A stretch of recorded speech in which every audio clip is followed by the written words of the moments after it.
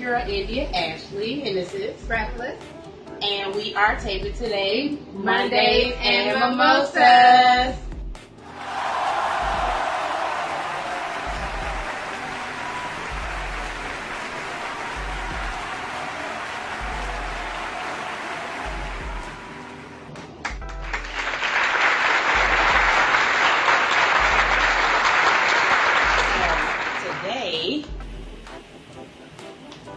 We are going to be talking about small business woes. And I think that's something that we all kind of deal with and go through. So we're going to kind of break down what are some of these small business woes and how to deal with them as being a small business owner and a new entrepreneur. So stay tuned. Welcome back to Mondays and Mimosas, and today I am here with Breathless as usual, and we are talking about small business woes. So we had a lot of little shade behind the scenes.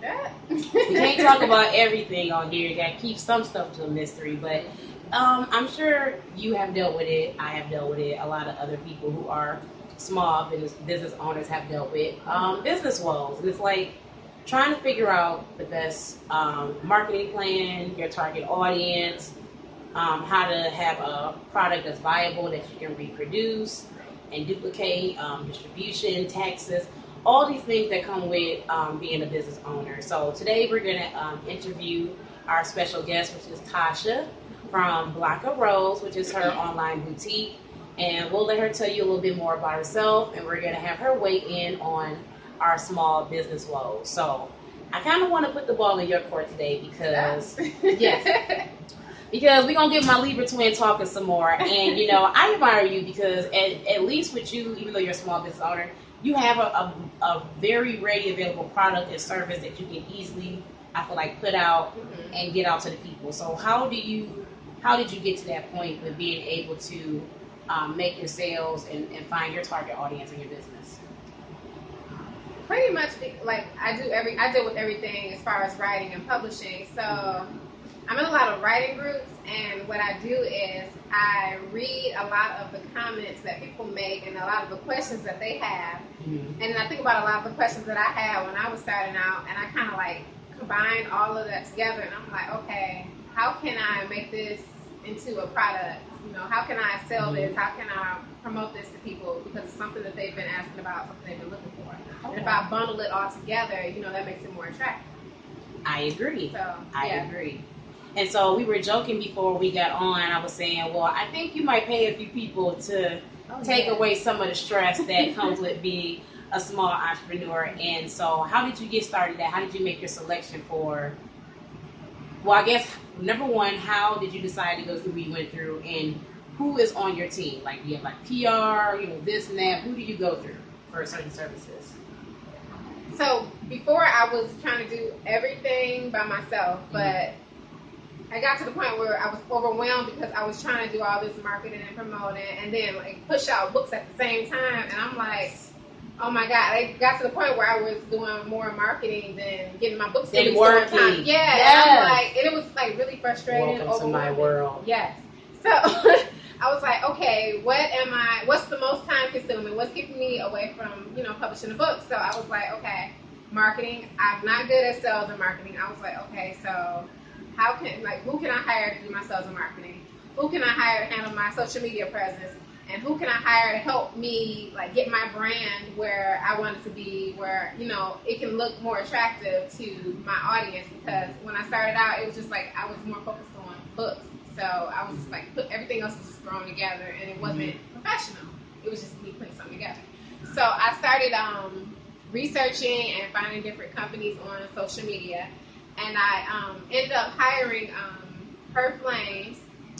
They do the brand consulting and the social media management. So they've actually been doing my social media management for, I want to say 3 months. And if you go on my IG and my business Facebook page, which is Breathless in Detroit, and you'll notice like a lot of the stuff, my old stuff, I've either deleted, or you can notice a change from where it was like when I was promoting it and when they took over. It's like night and day. It's way more professional. Okay. So that's what I did for my branding and my social media management.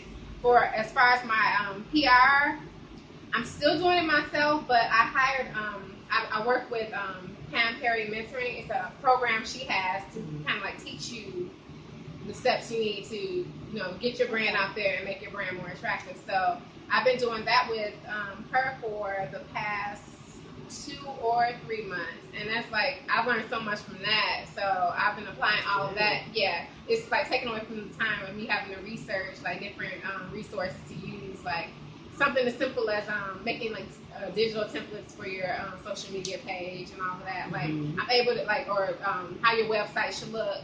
Like I completely like redid my logo, my website, getting professional photos done, all of that. Like I've completely rebranded. That's where I'm at now. Like it's time for, and I've always dealt with the professional photographers, but sometimes you deal with different ones. And I'm looking for a certain look, a certain polished look. Right. Even with websites, I'm looking for a certain template, but I'm looking for what's cost efficient right now. Right. So yeah, all of that. I go to bed at midnight, 1 every night thinking about it, and wake up in the morning to start the process all over again. So I'm getting there, but when I get my funds together, then hopefully I'll be able to pay somebody. Or like we talked about before, there's always Fiverr, and they do everything on there. So Fiverr will change your life. Your life.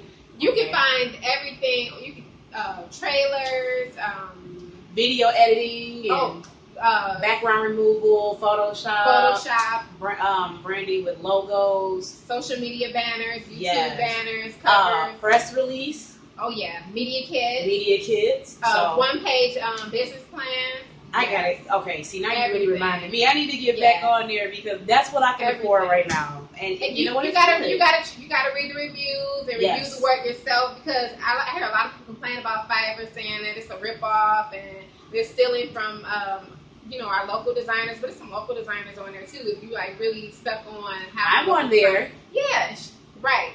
There you go. So, and it's not, everything isn't $5, and you might have to pay a little more, to get the quality you're looking for. I mean, because really, if you think about it, you're paying $5, so.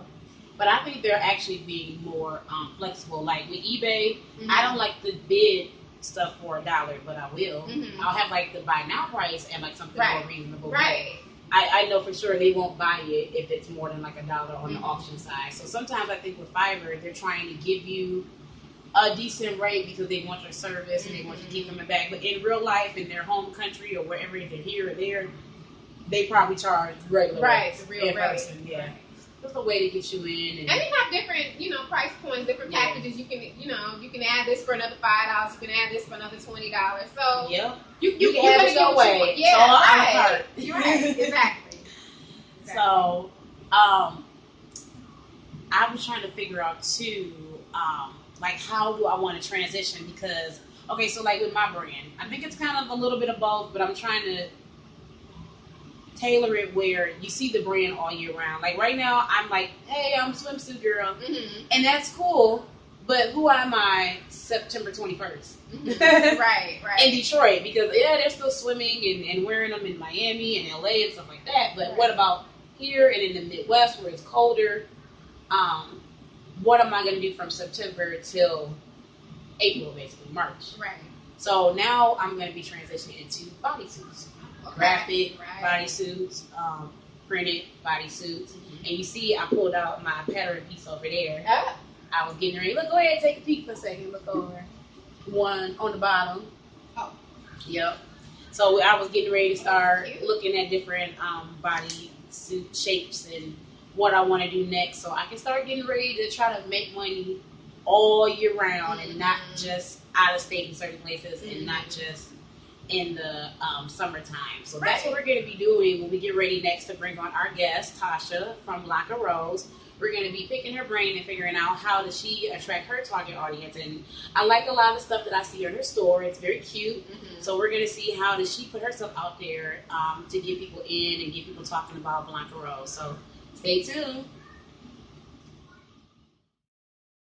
Mimosas. Oh, thank you. I'm glad to be here with you guys. And you're very pretty as well. More prettier in person. Oh, thank you. So tell us a little bit about your business and how you got started. So the company I have is Blanco Rose. It's an online women's boutique. We started up in February of this year, and I actually started because I was about to go to nursing school. But then I thought about it, like, okay, I'm going to go to nursing school, but am I still going to like going to work? I was like, no, I'm going to do something that I love. I kind of just jumped off with it. Absolutely. Wow. I think that's a really good thing that you just say today in regards to small business woes. That was my thing. I had stopped working and I didn't really necessarily want to start a business, but I just didn't want to go back to work. I wasn't happy. Right. So I had to figure something out. So what made you start an online clothing boutique? Are you into fashion and design? Is that something that you're passionate about? Oh, yeah, I'm very interested in tech. Initially, I thought about being a stylist. I did want to a beauty blog, and I was like, you know what? I would like to dress people. I would like to pick out the clothes. I would like to help us all together and just put them on. You know, online shopping is the biggest thing right now. It is. So I say I'm going to just do it fine. That's be a lot of different people, not just people here in Michigan. Absolutely. So you are located here in Michigan. What area are you from? I am from We getting a little choppy. I'm sorry. You said you're from where? I'm from Detroit, Okay. but right now I live in Novi. In Novi. Okay, so you way on the other side from me. I'm down river. You up? Oh, You up okay. west? Yes. I mean, we are way in Taylor right now. Oh, nice. Yes. Nice. So borderline Ohio. Yeah, I was say yeah. Taylor is far. It is. It is. But I'm enjoying it out here. I'm kind of right by everything for the most part, so it's not too bad. Good. But I was looking at some of your selection that you have, and how do you personally go through and choose the items that you like for the boutique, and how do you figure that out? Is it based off of your audience, or is it kind of based off of your personal taste? Both. Both. I like to do things that are really trendy. Like I know that like the goat neck jackets, those are trendy items. The two-piece sets, those are all like my style. Mm-hmm. I can wear a two-piece set literally every day. I wouldn't have no problem with it. Okay. Yes, that's definitely a good way to go, and that's what we were talking about in the beginning segment. Is just trying to figure out how to attract your target audience. So since you kind of on the ball with that, and you picking your things based on what you like and what's trendy, how do you bring your customers in by being present on social media? A lot of hashtags. Hashtags really work. Yeah. And then following friends of people that already follow you. Okay. I did a gift book for. There's a lot of different that I do. Now, which social media platform, because there's so many, and I think they all offer a very different audience, would you say IG would be better versus Facebook? You know what? I think they are equal, actually. My Instagram customers are a lot here, but my Facebook customers, they are from like Atlanta. I have from like New Jersey, Philadelphia. So more out of state people use Facebook. Okay, I can see that. Cause see, that's where my friends and family are, and I feel like I get more friends and family sales from Facebook, and I get more other sales doing, on other different stuff like say Poshmark or eBay or some other form of.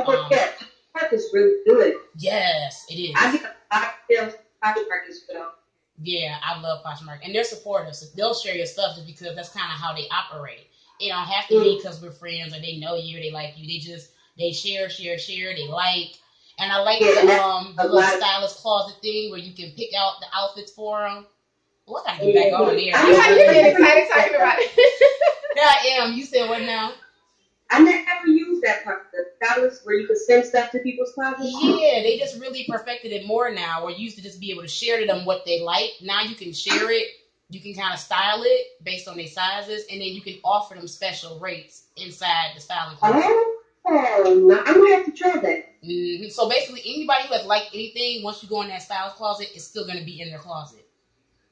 Like nice. what they like each person, and you can offer them like percentage off or a lower rate if they want to get all of them together. So I really like Poshmark. Oh, I'm gonna have to try that because I have gotten messages from people saying that they lowered the price for this. I didn't quite. Yeah, I'm still figuring it out too. And then you can change your bundle settings. I don't know if you have the option to bundle on yours. You can do like different settings for that. Or if they buy like Mm-hmm. two or more, they get 5 or 10% off. And then yeah, normally when you lower the price that day, it's supposed to be like 1 hour of free shipping or something. Yeah. I'm about to start utilizing Poshmark. I just said a mouthful right there. Oh, you definitely got to. Once you get on Poshmark, you are going to love it. It is really. It was a great idea. Yeah, I've been using it a little bit lately, but I just started making sales recently. And yeah, once I started, I'm like, okay, they coming through, they coming in. It's time for me to. So I'm trying to transition now, because we're getting ready to move to the fall. And if you don't know much about me, I'm kind of branded as a swimsuit designer, and I'm just trying to figure out. Thank you, and I'm trying to figure out how can I change for the fall. So how are you changing for the fall? Where is your mind looking at for the next trends for the next season? Uh, right now, I'm doing, like, I got the jackets I said, the built-in jackets, and I'm going to customize it for people. Like, what you buy them, you can customize it and get whatever stitch, like, right here on it that you're going to get. See what I'm saying? When we just talking about that? That's another thing I've noticed with Detroit people. They won't. How can I say this in the most nice, delicate One of way? a kind items. They want one of a kind items, and they don't even have to be so much that it's something super expensive. They just want to feel like they had a part in creating this item that's on their body and it's only theirs. So that's how I'm changing my business with the bodysuits and the swimsuits. I'm gonna start customizing them and branding at the same time. So lots of tags, lots of like I said, putting my logo, like I was showing you on it. All of that is super important. So you just opened my mind today. Like, wait a minute, I gotta get back to work. I was thinking about doing you know how the denim jackets, those are really good. Yep. So I was thinking of buying some denim jackets and like stressing them and customizing those too. I thought about that too, but that is just not where my talents lie sometimes. Sometimes I get stuff and I be like, dang, I done messed it up now. So we gonna see. We gonna see. But I'm kind of thinking the same thing with the bodysuits. I want to customize some stuff and, see how it works out. Right. And try something different. So where do you see your business going moving forward into the next year and say the next 5 years? Where do you see yourself at with your business? Within the next year, I want Blanco Road to be like a household name. I want everybody to know about it. I want it to be at different states. I would have like repeat customers. You know how fashion is so good, like they're literally on every celebrity. Yeah, absolutely. I need to be something like that. Even if it's just like local artists or artists that are not big, within the next year, I need to have all of those people that they consider celebrities now, reality stars, whatever. You have a few of those people and my items. I agree 100%. So we are getting down to our last couple of minutes and we are going to wrap it up. So we want to say thank you so much for being our special guest today. And make sure you guys check her out. And where can they find you at again on IG? _Blanco, BLANCO _ Rose, ROS. All right, and we will make sure we will add that to the end of the clip so you guys can see all her beautiful face, first of all, and then all her social media information so you can find out where these hot items are. So thank you so much, and stay tuned. We're going to go live for our next portion. Thank you. All right. Today, for our celebrity gossip, we are going to be talking about the lawsuit with Beyonce versus Messy Maya. Beyonce is currently being sued for $20 million by the estate of Messy Maya over her song Formation. If you are not familiar with who that is, like myself, Messy Maya was a YouTube sensation who passed away long before his time. He was known for dropping the line in her song Formation. Y'all know what happened down in New Orleans, and a lot of other lines and ad libs that he added to her song. I personally thought it was Big Frida information, but apparently it was only in certain parts. But it looks like Beyonce is not going to get away with this. It is still going to court.